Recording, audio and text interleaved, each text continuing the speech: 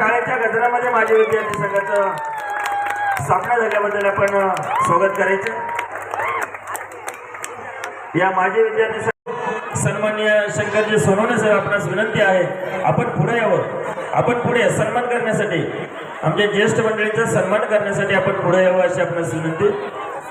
या गावचे हे शाळेचे माजी मुख्याध्यापक सन्माननीय गोपणे सरांना विनंती करतो, गोपणे सर आपणही पुढे आपल्या शुभ हस्ते या ठिकाणी या ज्येष्ठ मंडळींचा सन्मान होतो।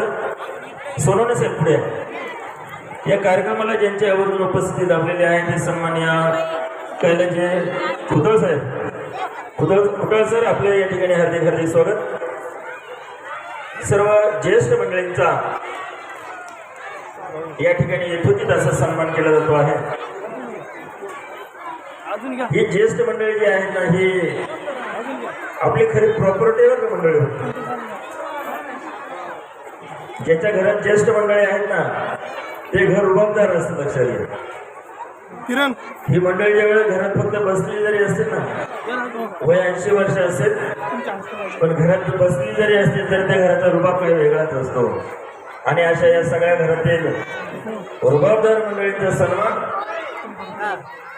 शालेय संस्थेच्या वतीने आज शताब्दी महोत्सवाच्या निमित्ताने केला जातो आहे। आणि या शताब्दी महोत्सवाचे आपण सर्वजण साक्षीदार आहात। आपल्या सर्वांचं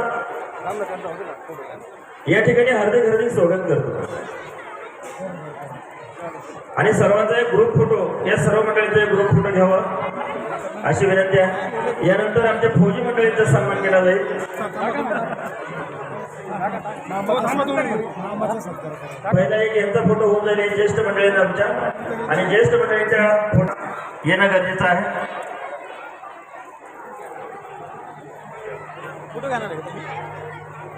घरातील ज्येष्ठ मंडळी जी आहेत, घराचा खूप मोठा आधार आहे, लक्षात घ्या। घराचा पाया आहे, आणि ज्याच्या घराचा पाया भक्कम आहे ना ते घर भक्कम असतं, लक्षात घ्या। या ठिकाणी ज्यांच्या आवर्जून उपस्थिती लाभलेली आहे ते सन्माननीय तानाजी गाडगे साहेब, सन्माननीय बाळासाहेब गाडगे, सन्माननीय निलेशजी भालेराव, सन्माननीय सामाजिक